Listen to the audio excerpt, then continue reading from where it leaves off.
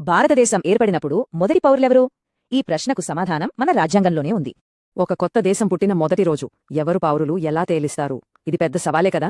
ఈ ప్రశ్నకు సమాధానం మన రాజ్యాంగంలోని ఆర్టికల్ 5లో స్పష్టంగా ఇచ్చారు. ఆర్టికల్ 5 అనేది ఒక్క రోజుకు మాత్రమే, కేవలం జనవరి 26, 1950న ఎవరు పౌరులు చెప్పడానికే ఇది.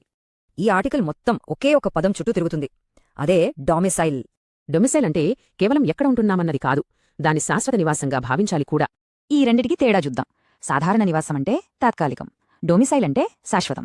సరే, భారతదేశంలో డొమిసైల్ ఉండటం మొదటి మెట్టు. దాంతోపాటు ఇంకో షరతు కూడా పూర్తి చెయ్యాలి. ఇప్పుడు ఆ రెండో షరతు చూద్దాం.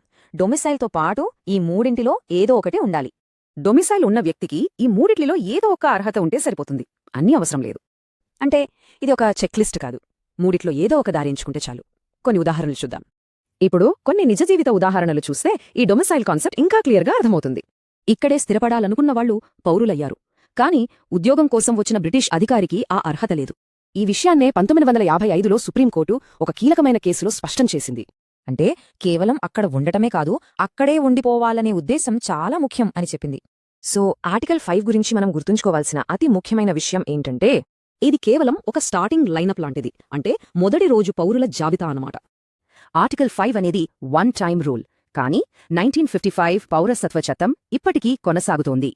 ఒక్క మాటలో చెప్పాలంటే ఆర్టికల్ 5 అనేది స్టార్టింగ్ పాయింట్ మాత్రమే, మొత్తం కథ కాదు. ఆర్టికల్ 5 కేవలం మొదటి రోజు కోసమే అయితే, మరి ఇప్పుడు పౌరసత్వాన్ని ఏది నిర్ణయిస్తుంది?